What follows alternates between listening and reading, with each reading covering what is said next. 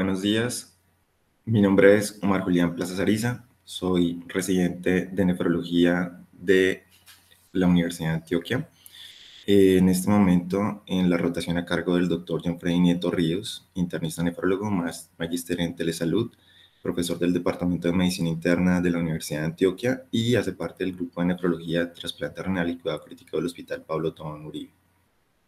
Hoy, con la aprobación de todos, hemos empezado a grabar esta conferencia que vamos a realizar en la primera parte sobre accesos vasculares para hemodiálisis.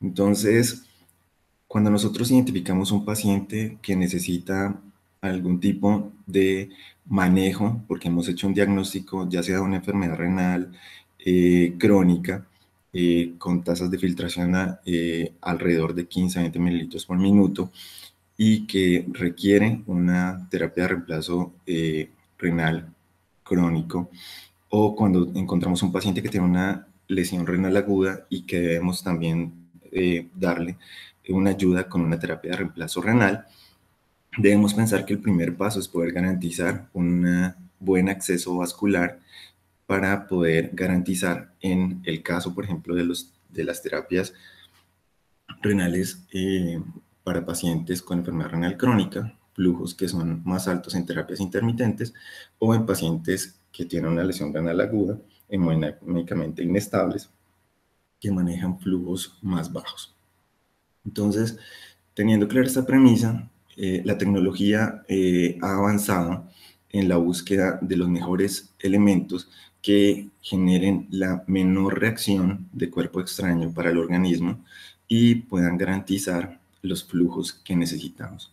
Entonces, aquí en esta imagen podemos ver esta área que es el centro de la investigación en este momento, sobre la reacción de cuerpo extraño con el catéter que colocamos, y es la matrix extracelular.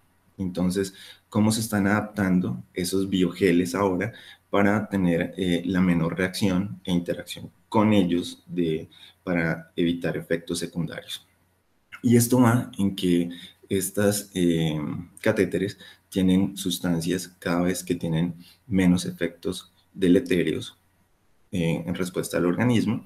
Y por ejemplo aquí vemos que muchos están formados por polímeros sintéticos como el cloruro de polivinilo, politetrafluoroetileno, polietileno, poliuretano, elastómeros de silicona, elastómeros de poliuretano termoplástico, y esto les van a dar a cada uno, de acuerdo a la función que necesitemos, esas características de cada catéter de resistencia, suavidad, hemocompatibilidad.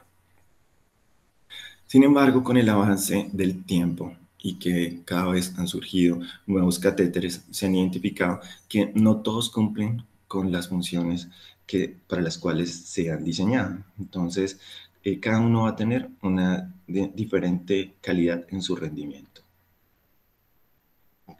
Cada vez que los diseñan, entonces buscan ajustar su diámetro de la luz para garantizar estos flujos que decíamos, un grosor de la cánula, la longitud, un diseño de punta y unos orificios centrales o laterales para poder realizar las funciones. Sin embargo, esto se va a ver afectado y va a determinar una alteración en el rendimiento del catéter cuando se interrelaciona y genera cambios en el flujo sanguíneo máximo, o resistencias al flujo, o eventos de recirculación o disfunción del catéter. Y para poder aclarar estos fenómenos por qué se dan, entonces vamos a hablar primero de resistencia hidráulica, que es una medida de la facilidad, o bien sea, para interpretarlo, de dificultad del paso de sangre a través de un espacio confinado como una aguja o un catéter. Y esta está definida por una relación que hay entre la presión y el flujo. Aquí podemos ver entonces en esta gráfica de la derecha, donde vemos un catéter venoso central del tipo SpliCath, donde vemos esta relación que les estaba diciendo del flujo por esta presión. Y vemos acá sobre la curva cómo caen los promedios en esta área, y esta línea es la que nosotros denominamos la pendiente de la resistencia hidráulica. Esta es la resistencia hidráulica. Y esto es lo que nos define como decimos, este fenómeno y que lo podemos extrapolar para diferentes catéteres. En general, entonces podemos aquí ver para este lado unos catéteres yugular interno y cómo se relaciona con una aguja 15 en un injerto arteriovenoso y que ofrece una resistencia hidráulica similar en ambos y que al compararla con la que vimos previamente son muy homogéneas y similares. Entonces vemos que son muy parecidas las resistencias hidráulicas que generan. Y decimos en general, entonces, bueno, hay como dos tipos principales de catéteres para que lo viéramos en forma general. Uno con sitios de puerto que están dispuestos en una forma que es más simétrica y que llaman como arma de doble cañón o cañón de escopeta, que son estos que son coaxiales, en doble D, que es esta figura acá, en doble O, que es esta figura que vemos acá, porque vienen juntos. Y otros que son de puertos independientes o separados, que son los catéteres dobles, los twin, o los catéteres que son divididos, que vemos acá. Entonces, vemos que también dentro de estos que son independientes hay variables por la extensión de las puntas y en los de puntas divididas también vemos que hay algunas variantes. Acá vemos las imágenes claras donde podemos ver uno de estos OptiFlow, que son los que vienen enteros y generalmente muchas veces las puntas, como las vimos en las imágenes, como en forma de doble D. Este es el palíndromo que vemos acá, que se caracteriza porque viene dividido como la imagen que veíamos de doble D. Y vemos estos otros que son los de punta de paso, que también vemos de un solo bloque. Y aquí ya los que son twin, los que vienen por separado, que son por ejemplo en este caso tesio, y vemos los que vienen con las puntas separadas, como los ash split, que vienen unos con estos puntas que son unas más cortas y otros que vienen con puntas simétricas. De acuerdo al diseño se han visto cómo van cambiando. Y entonces nos preguntamos, entonces, ¿por qué al comparar estos que vienen en bloque, cómo es que los catéteres doble D aparentemente tienen un mejor flujo y que los concéntricos o los que son que vienen por lúmenes juntos? Entonces, esto viene relacionado con unos fenómenos que son fenómenos de corte por los movimientos laminares que recordamos de fisiología, donde definimos los cambios de la velocidad cerca a la superficie que nos da este tubo. Y entonces lo que vemos acá es que en los fenómenos físicos, cuando esta área genera menos interacción, roce, sobre el componente que viene de volumen por dentro, entonces se generan menos resistencias. Entonces, aquí vemos cómo podemos decir que dentro de estos que tienen circunferencias de 15 milímetros, la relación sobre la superficie de área es más favorable para el doble D. Y esto es el fenómeno principal que lo define. Aquí vemos cómo se ve esa estructura de estos palíndromos que vienen con esta forma que decíamos de doble D. Y entonces, cuanto mayor sea el volumen y menor el área de superficie de ese catéter, menor será el fenómeno de corte y la resistencia hidráulica. Entonces, para poderlo entender, entonces vemos acá cómo viene ese flujo dentro del catéter, cómo está la superficie de la pared y, como recordamos en física, estos movimientos que se generan en capas hacen que la superficie que está en contacto con el volumen, la primera está adherida, no se mueve y a medida que va desplazándose de ese borde, entonces vemos que sí se genera ese desplazamiento en capas y se genera este fenómeno de corte y aumenta, claro, la velocidad del líquido que viene por dentro, pero hacia el centro. Y lo vemos claramente en esta imagen de acá, de esta cabaña, donde vemos que la parte que está en contacto con el suelo, con la superficie, es la que está inmóvil, y la parte que genera esa tracción que ha generado el movimiento se desplaza, pero en la parte superior vemos cómo esta parte del techo no tiene ese desplazamiento, porque lo ha perdido esa fuerza durante el movimiento. Entonces, esta es la forma como podemos entender cómo se genera ese fenómeno físico. Otra pregunta sería que por qué los catéteres que se relacionan con el mismo diámetro pueden hacer realmente grandes cambios en disminución de la resistencia al flujo. Y entonces, también basados en la resistencia hidráulica, que es esta presión que vimos de caída por la tasa de flujo, vemos que hay una disminución del promedio de resistencia y sobre este flujo que es más pequeño en presión. Entonces, aquí lo que vemos es que esa relación entre el radio del tubo y la resistencia hidráulica. Y aquí vemos la fórmula, 1 sobre este radio a la cuarta. Y eso nos muestra que, por ejemplo, para una circunferencia de un catéter de 8 French, la resistencia que se está generando, porque el volumen tiene que tener para moverse una mayor presión y hace un movimiento que no es armónico, tiene una resistencia mayor, y los que tienen una circunferencia cada vez mayor de 10 French o 12 French tienen, como vemos acá, este radio mayor, y la resistencia al paso de ese flujo es menor. Entonces aquí vemos la respuesta por qué es. Y sin embargo, pues aquí también tenemos otro, como es que esa resistencia hidráulica cae en estos pasos de cambio que no se relacionan en este lumen. Y aquí vemos que a grandes incrementos de resistencia con esos cambios de paso, desde uno más grande a uno más pequeño, como se ven, por ejemplo, para los fenómenos en los conectores.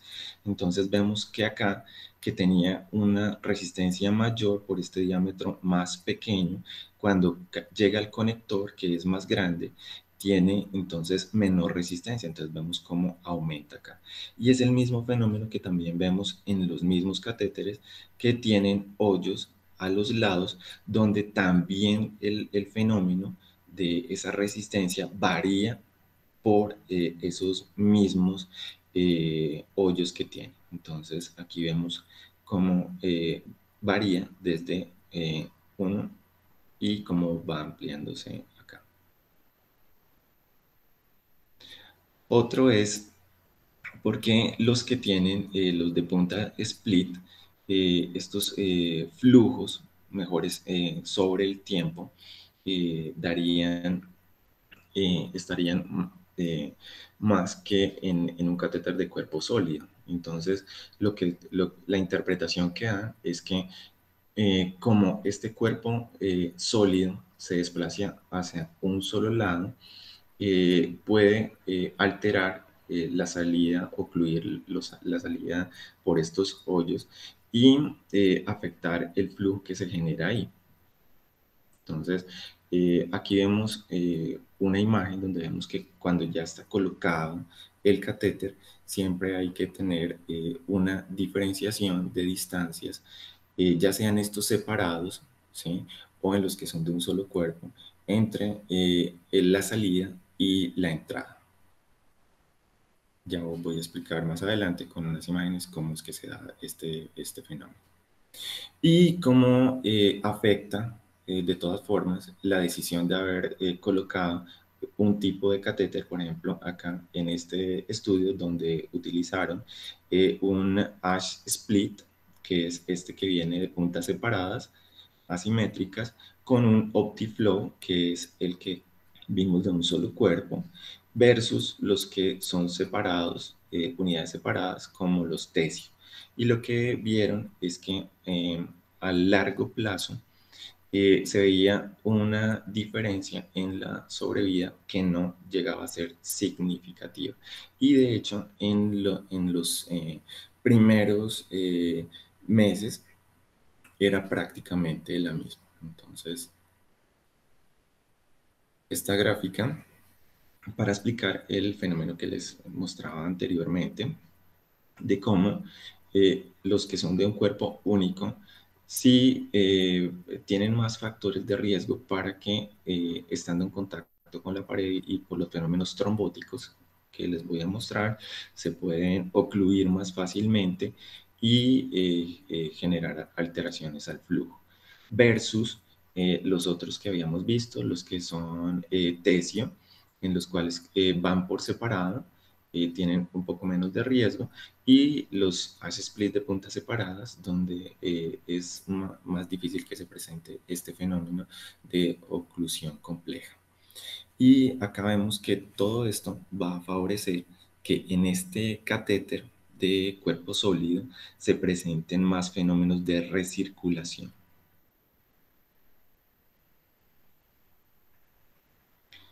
¿Y qué pasa entonces cuando colocamos las soluciones de seguridad en los catéteres? Entonces, si nosotros tenemos un volumen dentro del catéter que está calculado, un ejemplo, de 5 centímetros y colocamos esos 5 centímetros en un volumen de heparina, que es una de las soluciones que se ha utilizado para disminuir esos eventos trombóticos de coagulabilidad dentro del catéter, y además de eso, porque pues, también se le adjudicaban al comienzo unos fenómenos antimicrobianos, es que cuando se coloca el líquido para hacer el sellado, se generan estos fenómenos de corte donde el líquido que está junto a la superficie está adherido, no se desplaza, y lo que se está desplazando siempre es el líquido que está en el centro,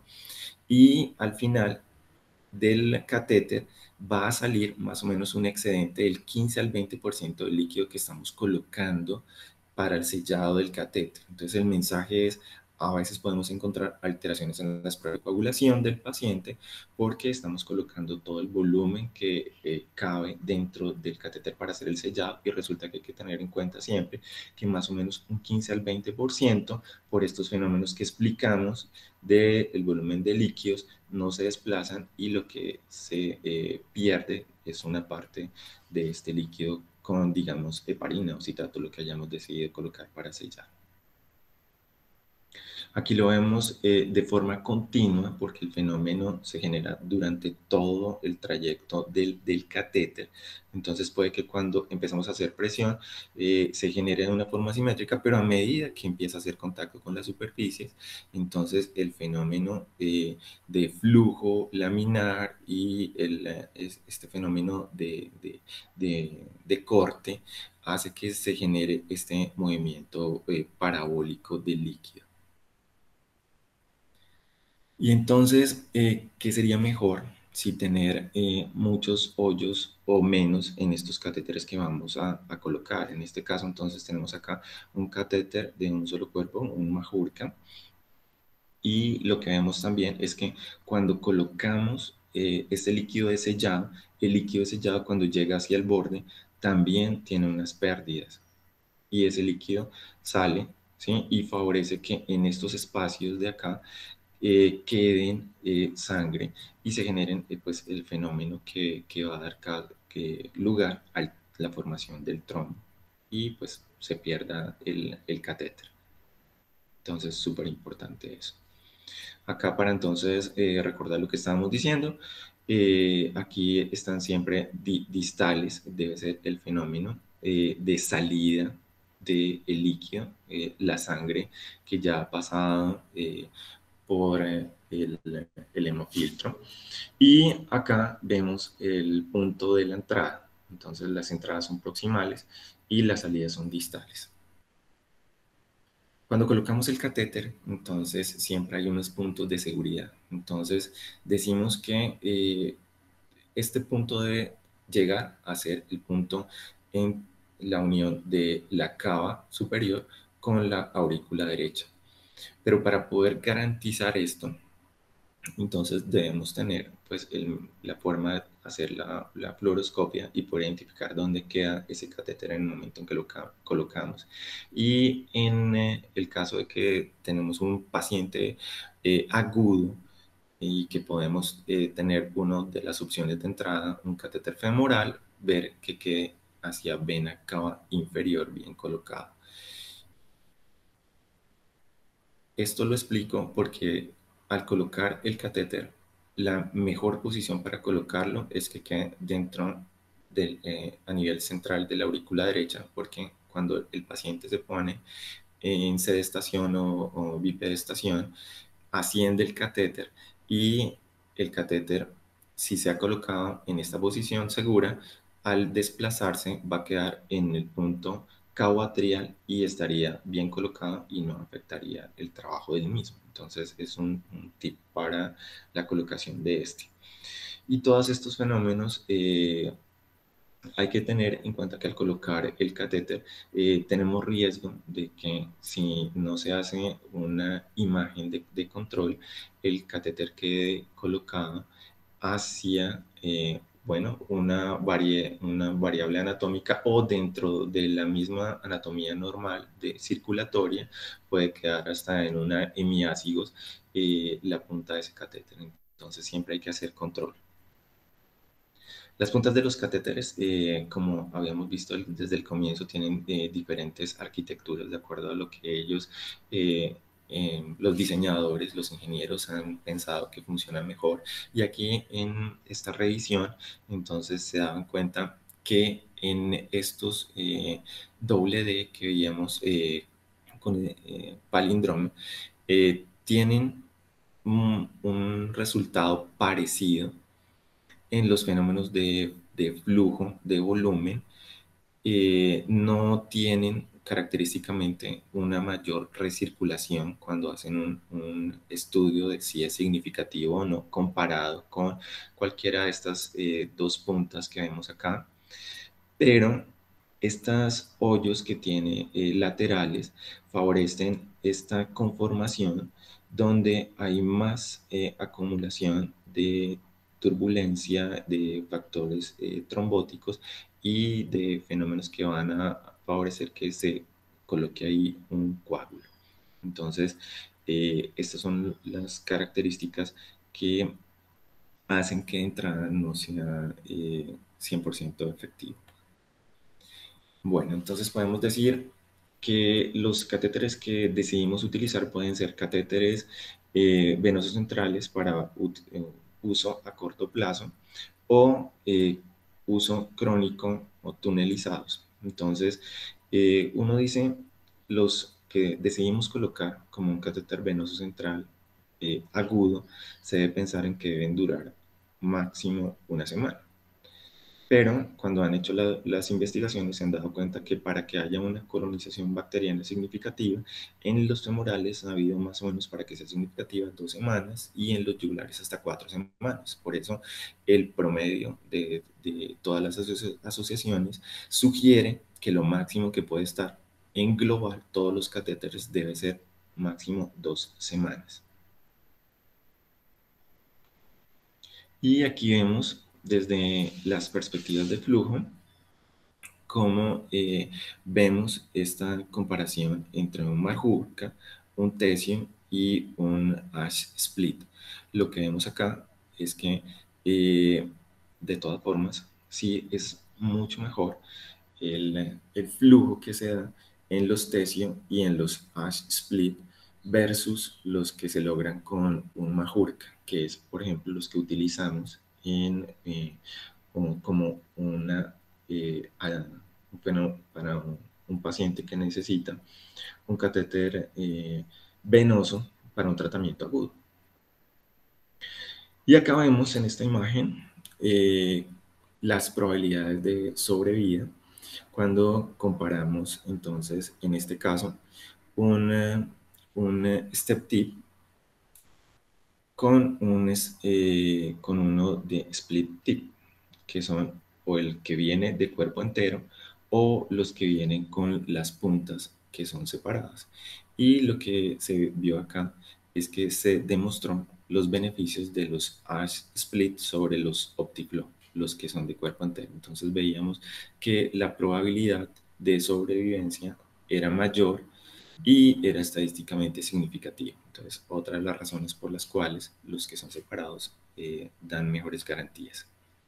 Y cuando analizamos los diseños de las puntas, entonces vemos que todos cumplen aproximadamente lo que veíamos de los criterios de tener separado el punto de salida de volumen del punto de entrada, más o menos 2 centímetros.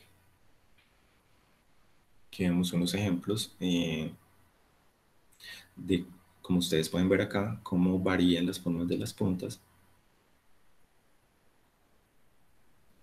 Y realmente es que son muy variadas. Entonces, que si la separación ocurrió desde más arriba o se tomó en cuenta ese distanciamiento efectivo de los 2 centímetros, aquí llegó hasta 3.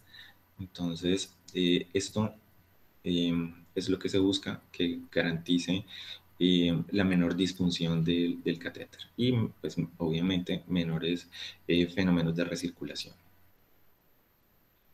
Bueno, entonces la rigidez del catéter depende de la naturaleza del polímero por el cual está hecho, el contenido de plastificante y el modo de extrusión.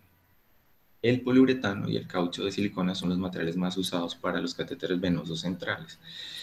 Y claramente la rigidez del catéter dicta el procedimiento de inserción. Generalmente los que son más rígidos, como comparando un split con un majurca, pues el majurca es el que utilizamos para manejo agudo. Y lo vemos acá. Entonces vemos acá uno de manejo agudo y acá vemos dos, ¿sí? Que son separados, de puntas separadas, o los twins que vemos acá, donde vemos la diferencia visual y pues obviamente aquí vemos acá cómo está el diseño para el CUF que nos va a garantizar el tunelizado.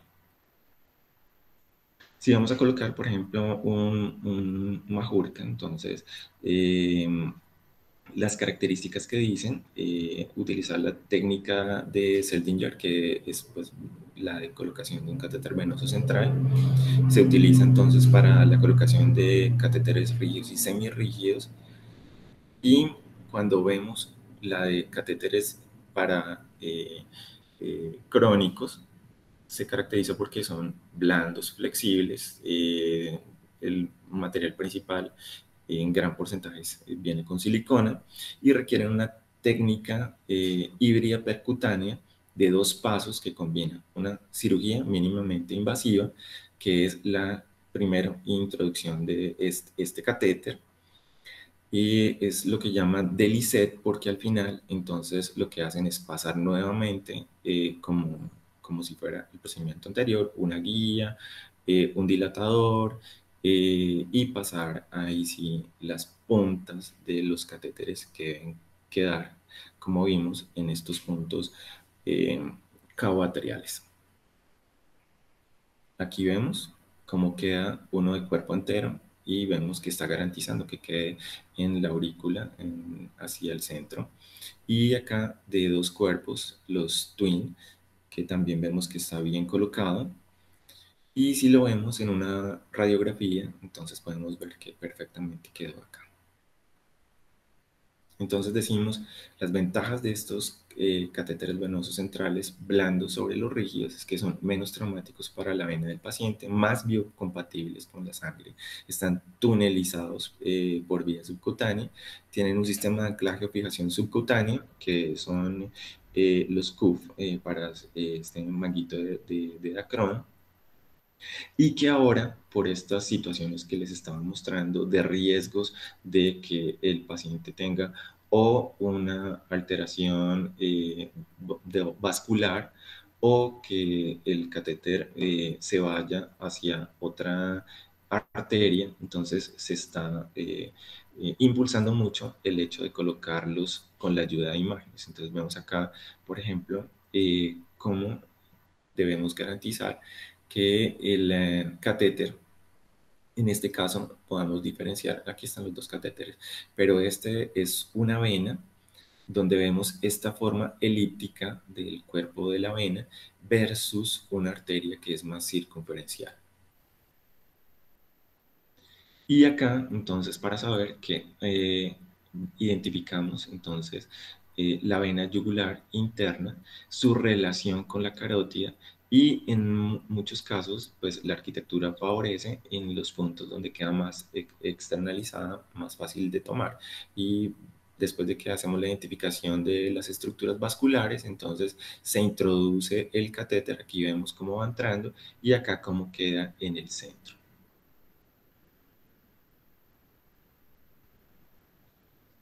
Esta es una imagen de un paciente con su catéter tunelizado. Bueno, entonces, ¿en qué casos deberíamos preferir el acceso femoral? Entonces, un catéter femoral se puede colocar preferentemente en pacientes críticos con dificultad respiratoria, edema pulmonar, insuficiencia respiratoria, pacientes hemodinámicamente inestables, que están comatosos o con ventilación. Paciente comprometido, muy comprometido. Y los accesos en la vena yugular interna son preferibles en pacientes que no tienen estas condiciones potencialmente mortales y es porque precisamente los vamos a guardar para cuando sean necesarios y sean más útiles. Esta opción permite el acceso también a biopsias renales transyugulares al mismo tiempo cuando sea necesario. Y el caso de los accesos a la vena subclavia se hacen como tercera opción. Es el último recurso cuando no existe otra posibilidad, ya que se asocian con mayores riesgos de complicaciones traumáticas agudas y estenosis tardías. Sobre las indicaciones de un catéter venoso central a largo plazo, entonces, pues lo que analizamos es el caso completo del paciente. Es el caso de que necesita una terapia de reemplazo renal no urgente. Es el caso de un paciente que estamos pensando desde el comienzo que va a necesitar un catéter durante más de 2 semanas. Y en estos casos, entonces, si vamos entonces a colocar un catéter de doble luz de poliuretano suave o silicona, un catéter doble insertado en la vena yugular interna y que se considera como la mejor opción. En esta gráfica podemos ver las probabilidades de sobrevivencia libre de infección. Entonces vemos acá que los tunelizados, ¿sí? Versus, en este caso, los que son catéteres yugulares no tunelizados o los femorales no tunelizados, por esta condición de que se aseguran las mejores condiciones y tiene este punto donde el túnel garantiza una mejor fijación, una menor contaminación, unos menores fenómenos unos mejores fenómenos de barrera. Entonces, la probabilidad de una sobrevida libre de infección es mejor en los tunelizados. En este caso acá también vemos que estaban cruzándolo con el subclavio, pero como hallazgo asociado tuvo esta impresión. Sin embargo, pues como vimos por los efectos secundarios que puede llegar a tener de complicaciones, los subclavios no están programados como de primera línea. Y acá vemos que a largo plazo el porcentaje de infección a medida que pasa el tiempo, pues obviamente va aumentando. Y esto va relacionado con estos estudios que les comenté al comienzo y que definen el tiempo máximo que puede estar cada catéter, pero que en general en promedio se ha estandarizado que sea hasta 2 semanas máximo. Sobre los accesos vasculares en lesión renal aguda, entonces pues podemos decir acá, pues tenemos los que ya vimos, entonces los de un solo cuerpo o los twin de cuerpos separados. Aquí vemos los de un solo cuerpo. Entonces, hay varios tipos, pero pues obviamente si vamos a programar una terapia de reemplazo renal para un paciente agudo, pues obviamente necesitamos que cumpla, que tenga las dos vías para poder generar. Entonces, nuestro Majorca. Y las indicaciones de un catéter, por ejemplo, en ese paciente inestable que les comenté antes en las necesidades de un femoral. Entonces, aquí vemos si va a ser un manejo agudo en el cual no pensamos que vaya a estar el paciente necesitándolo durante más de 2 semanas. Es una opción en el paciente crítico que está postrado, hemodinámicamente inestable, podría ser de los que son de primera opción. Y aquí vemos versus tener un catéter de silicona con doble luz tunelizado y que pues, se desplaza hacia la cava inferior. No es porque lo estemos colocando al mismo tiempo, es para el determinante gráfico de cómo van esas puntas. Sobre estos accesos vasculares femorales, entonces, como decíamos, sí es la opción primaria en condiciones de emergencia en este paciente crítico y son opciones secundarias en pacientes que están ya en cama con trastornos neurológicos graves, que reciben asistencia respiratoria traqueostomía o tienen una disfunción multiorgánica. En estos accesos vasculares femorales, entonces, es un catéter de poliuretano semirrígido de doble luz para comenzar la diálisis. Las vemos femorales derecha e izquierda ofrecen la misma facilidad para la inserción. La longitud de un catéter femoral para un rendimiento de flujo óptimo es que esté entre 25 a 35 centímetros. El sitio de inserción se encuentra aproximadamente 1 a 2 centímetros por debajo de la arcada crural y a 1 centímetro medial a la arteria femoral. Por razones de seguridad es razonable usar estos catéteres por menos de una semana, lo ideal, y los catéteres de silicona suaves tunelizados también se han utilizado con éxito en situaciones agudas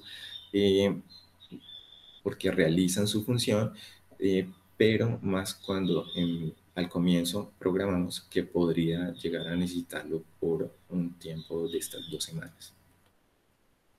Sobre accesos vasculares yugulares en estos pacientes agudos, son la primera opción cuando la duración esperada del tratamiento excede una semana. La incidencia de trombosis venosa profunda y estenosis se reduce con el uso de la vena yugular interna en comparación con el uso de los catéteres femorales y subclaves. La yugular interna derecha es la mejor ubicación. El abordaje yugular interno izquierdo debe usarse solo cuando la vena derecha no es posible, entonces. Y acá vemos cómo son los métodos de aproximación usuales. En la gráfica vemos la punción yugular posterior, que es por arriba del cruce de la yugular por el esternocleidomastoideo y dirigida hacia el manguito del esternón. Esto reduce, si lo llevamos así, las complicaciones intratorácicas. Lo que pasa es que tiene un trayecto cervical largo y la fijación cutánea hace que sea muy molesto para el paciente, para la higiene parto. En el B vemos las funciones yugulares centrales o medias. En el vértice acá vemos de este fascículo anterior y posterior del esternocleidomastoideo. Confiere una menor comodidad, pero resulta más sencilla y útil cuando la ecografía ubica la vena yugular ahí mismo. Y el otro, que es como el más recomendado, la punción yugular posterior baja, 1 o 2 centímetros por arriba de la clavícula, detrás del fascículo posterior del esternocleidomastoideo y dirigida también al manguito del esternón. O sea, tiene también menos complicaciones. Y vemos acá cómo la arquitectura, cuando lo podemos hacer por ecografía, nos va mostrando cómo está expuesta de una mejor forma, por ejemplo acá la yugular. Sobre estos accesos yugulares, entonces decimos que con catéteres rectos o curvos de doble luz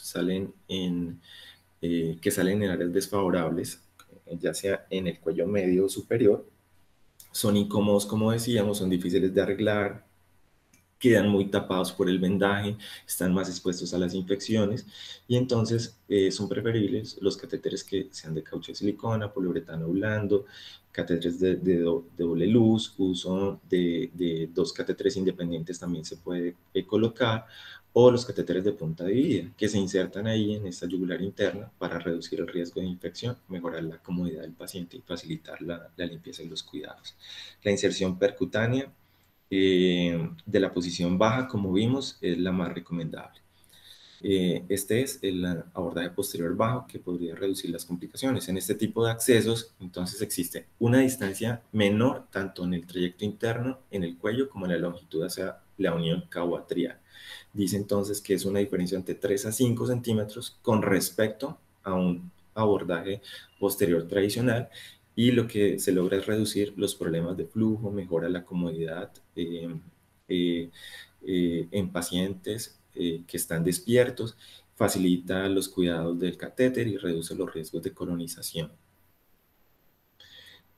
Aquí ha tenido recomendaciones seriales, y entonces en esta que puede la conferencia 18 sugiere que para la elección del sitio de acceso venoso para una terapia en un paciente renal agudo, ambas, ya sea yugular derecha o la femoral derecha, podrían equipararse, y depende de los factores al final de la personalización de ese plan de manejo que hacemos con cada paciente.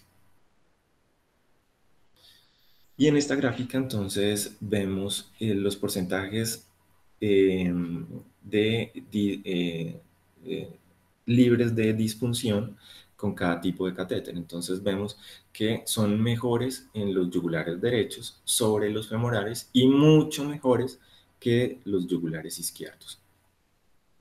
Y si lo vemos sobre sobrevivencia acumulada, entonces vemos acá el mismo fenómeno, donde los que están colocados en una posición, acá como vemos en la aurícula derecha con catéteres largos, tienen mejores sobrevivencia acumulada que los que quedaron de catéteres cortos en una posición en la vena cava superior. Esta imagen es muy importante y es cómo nos ayudamos en el fluoroscopio para identificar las áreas donde puede estar el catéter. Entonces, estar en esta área 3 nos garantiza que está dentro de la aurícula. Estar en esta área 2 nos asegura que va a quedar acá en esta unión pericaoatrial, y los que están en esta área 1 son los que quedaron en la vena cava superior. Entonces nos ayudamos de estas estructuras en la rayos X de tórax para poder saber dónde quedaron y poder ajustar ya cuando lo estamos colocando, dónde es la mejor posición.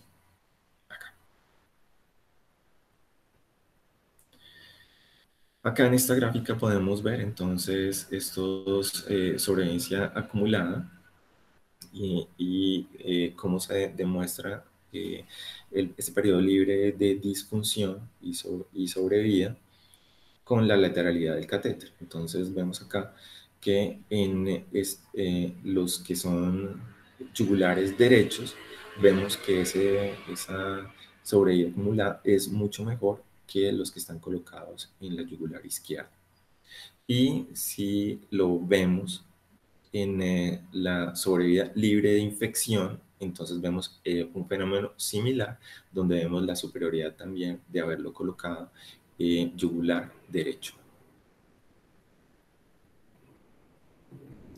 Cuando vemos la relación con las puntas, entonces vemos también que se genera el mismo fenómeno sobre las puntas en los lados derechos, sobre esa gráfica que nosotros vimos ahorita, de los que quedan en la posición 1, la posición 2 y la posición 3, donde definitivamente pues, esos pacientes que están en la yugular derecha tienen unos mejores sobrevida que libre de disfunción que los que se colocan en la yugular izquierda.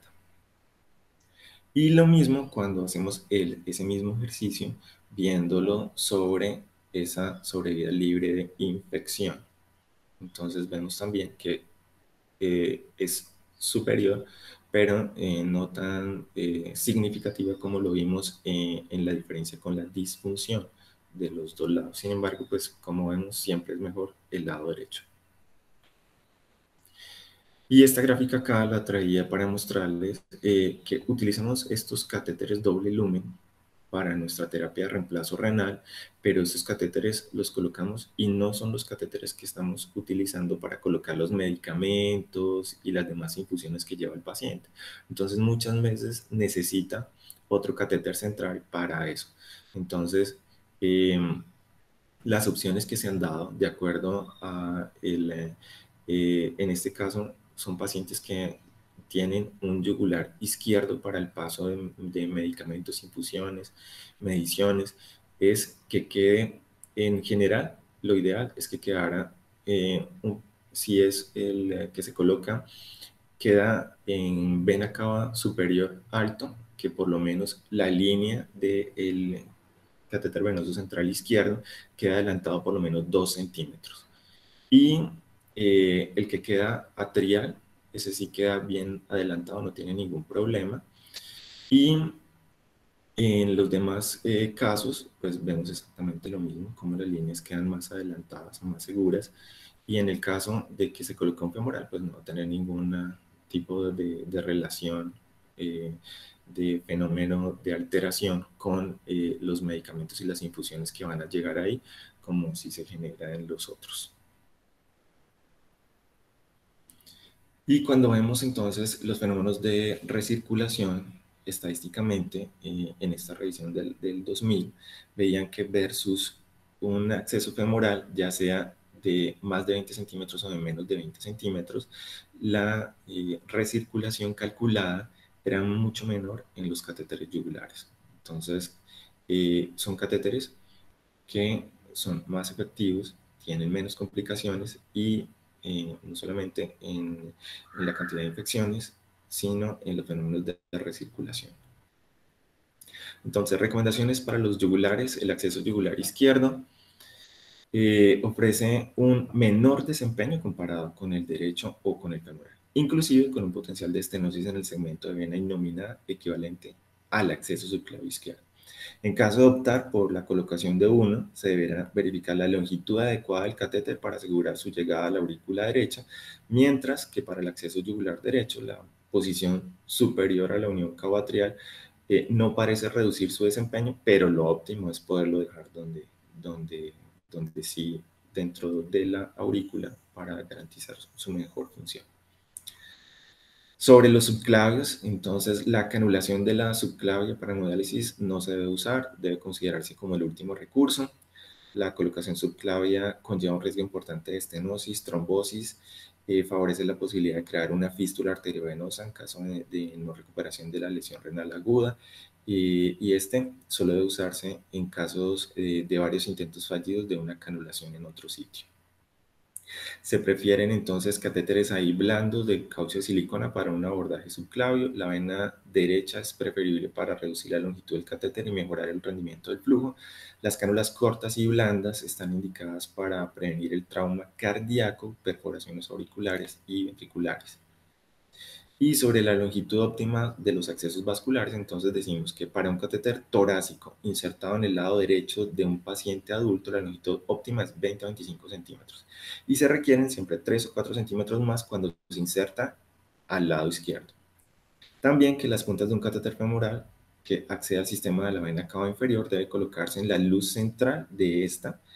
Y para que un femoral alcance la vena cava inferior en un adulto, se necesita que tenga una longitud de 30 a 35 centímetros. Aquí vemos entonces ese femoral ya en la cava inferior. Está bien colocado. Y sobre tunelizado y no tunelizado en lesiones renales agudas, pues realmente los no tunelizados, pues puede que tengan más sangrados, más alteraciones durante el procedimiento. Bueno, las alteraciones del procedimiento no son tan significativas, pero sí sangrados y trastornos funcionales, pero de todas formas, como decíamos, no son de primera elección si pensamos que nuestro paciente va a solamente necesitar un manejo de esa lesión renal aguda con un catéter venoso durante menos de 2 a 1 semanas.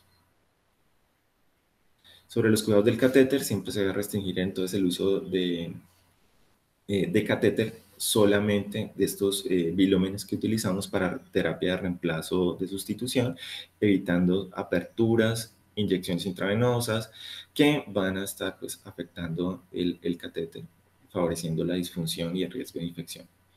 Mantener condiciones de limpieza estrictas, precauciones máximas de barrera estéril.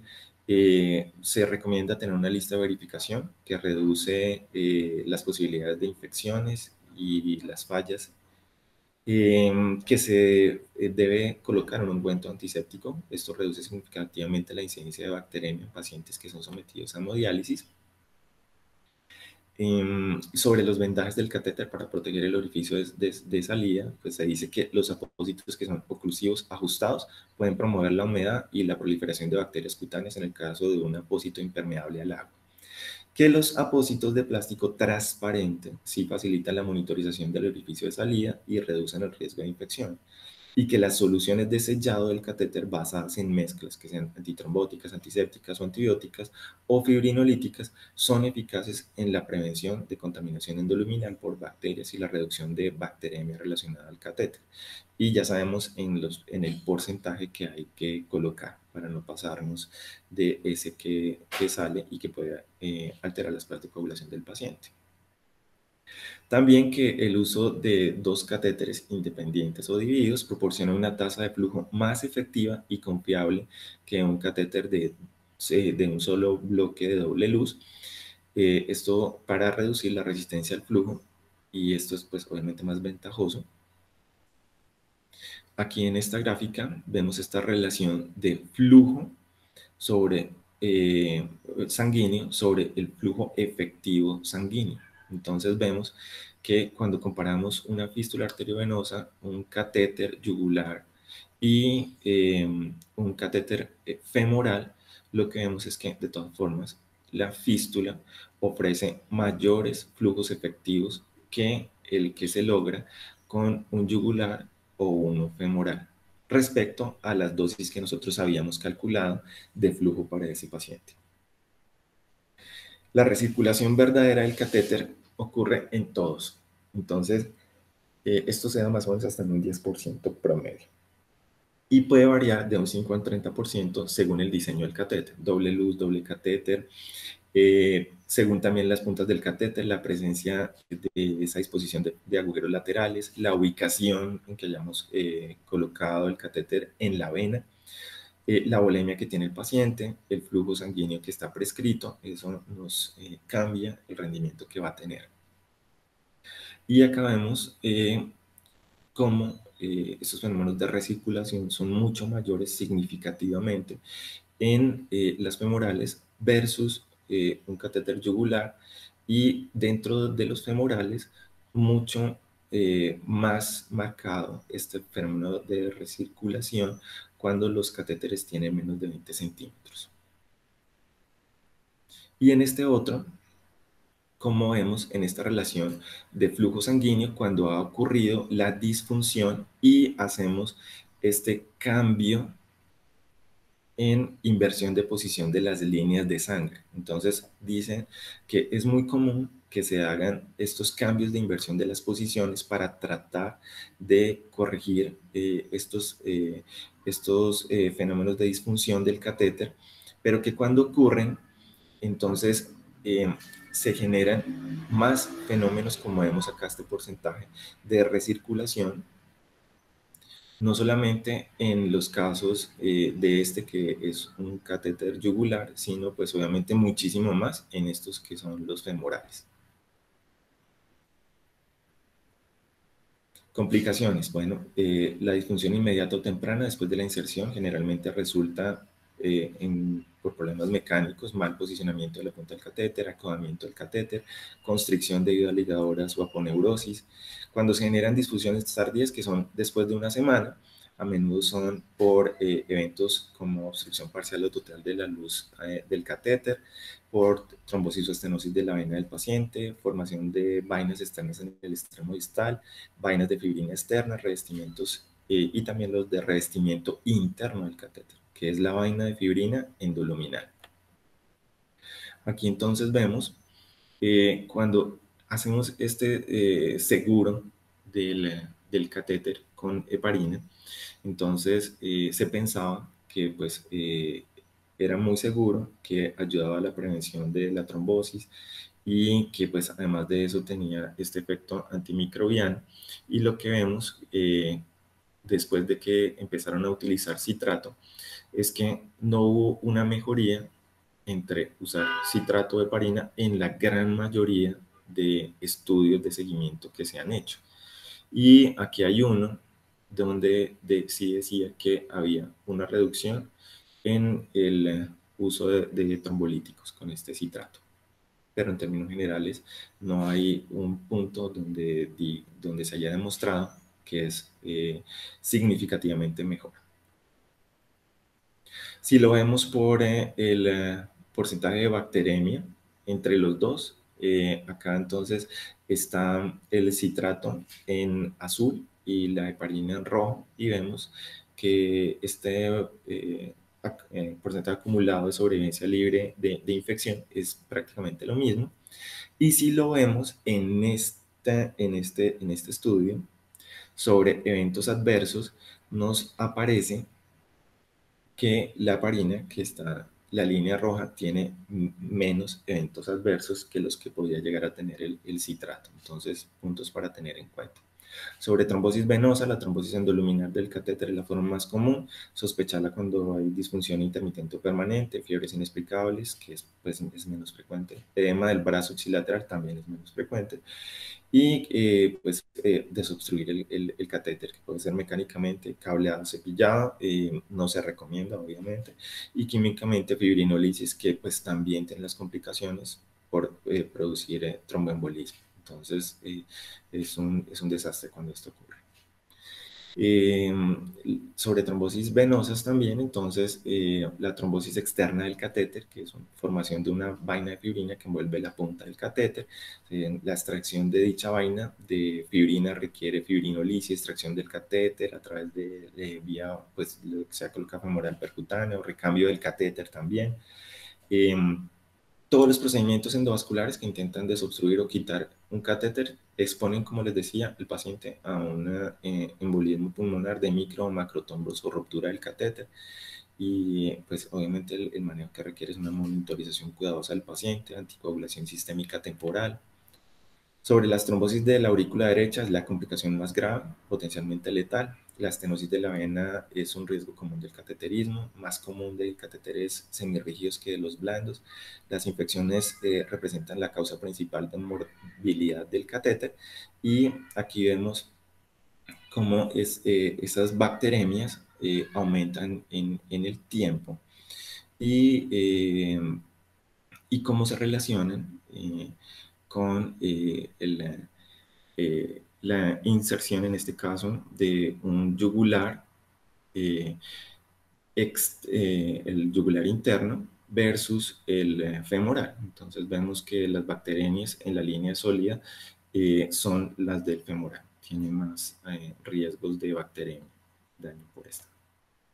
Las infecciones tempranas se relacionan con problemas de colocación del catéter, infecciones de la piel o el tracto del catéter, son causas inusuales como solución contaminada o gasa, en las infecciones tardías relacionadas con contaminación del catéter endoluminar, formación de una película de bacterias, las infecciones relacionadas con el catéter, entonces infecciones locales del orificio de salida, infecciones del tracto, sistémicas, septicemias, trombosis infectadas, infecciones metastásicas.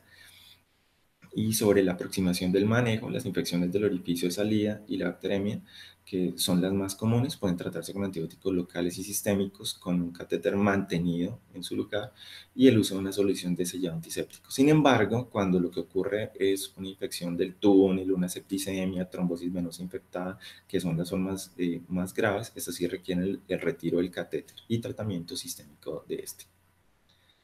Puede producirse una infección más grave relacionada con el catéter, riesgos potencialmente pues cuando se da un shock séptico, endocarditis, osteomielitis, abscesos pulmonares cerebrales en el contexto de septicemias, o posteriormente después de una bacteremia silenciosa. Esto En sospechas diagnósticas, el paciente que está con fiebres inexplicadas, aumento de reactantes de fase aguda, leucocitosis, alteraciones clínicas con sintomatología orientadora, que tienen dolor dorsal, disnea, tos, desorientación, o que simplemente pues no están con signos, síntomas, pero tienen todas estas alteraciones difusas. Es esencial cultivar el catéter retirado para confirmar la contaminación e identificar el patógeno causal. Y aquí vemos que cuando pensábamos que la heparina también tenía pues, estos efectos de sellado y efectos antimicrobianos, pues lo que vimos en el seguimiento en esta serie del 2005 es que favorecía la formación de biopelículas de Staphylococcus aureus. Entonces también es complejo dejarla sola, la heparina, como mecanismo de protección para ese catéter. Y si vemos las recomendaciones 2019 de Kadoki, entonces vemos que de lo primero que hablan es identificar muy bien al paciente desde el comienzo, los que están con tasas de filtración glomerular de 15 a 20, para ponerlos en seguimiento. Pues ellos lo hablan de este plan vida para pacientes con enfermedad renal crónica terminal, y hacer un seguimiento, una monitorización para definir personalizadamente el plan de manejo. En el caso de los tipos de acceso vascular, entonces aquí hablan de que de todas formas los pacientes que son candidatos de estas fístulas arteriovenosas que van a requerir hemodiálisis y que se han programado adecuadamente en este Life Plan, son los que se consideran que de entrada pueden ser candidatos a colocarlo. Pero hablando de nuestro catéter venoso central, en sus indicaciones, Kadoki considera en las circunstancias para el uso de tunelizados por un corto tiempo o largo tiempo, pacientes que tengan, en el caso de corto tiempo, fístulas o injertos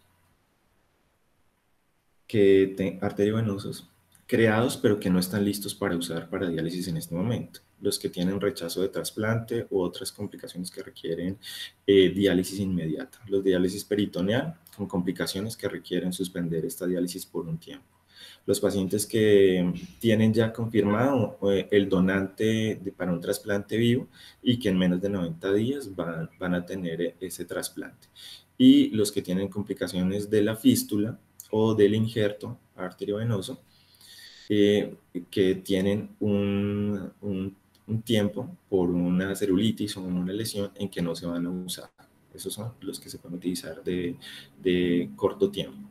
Y los de largo tiempo, entonces, son pues, o los de múltiples fallas en los accesos de arteriovenosos, que no hay otras opciones, que el paciente ha validado su preferencia al uso de este tipo de accesos, que no hay expectativa, que tiene el paciente una expectativa de vida limitada, que no hay opciones para la creación de un acceso arteriovenoso, pues por condiciones del paciente, problemas de flujo, todos los que se pueden dar, o circunstancias médicas especiales, y las consideraciones de Kadoki para circunstancias clínicas válidas para usar tunelizados de corto tiempo o largo tiempo para pacientes prevalentes. Por ejemplo, aquí dice que para duración corta, como decíamos desde el punto pasado, los que ya tienen la fístula creada pero no está lista para usar, los que tienen rechazo de trasplante, complicaciones de la diálisis peritoneal, los que tienen ya definido el paciente con un donante vivo, o complicaciones de corto tiempo de la fístula o injerto arteriovenoso. Para la duración indefinida, largo tiempo, entonces, pues, como las dijimos previamente,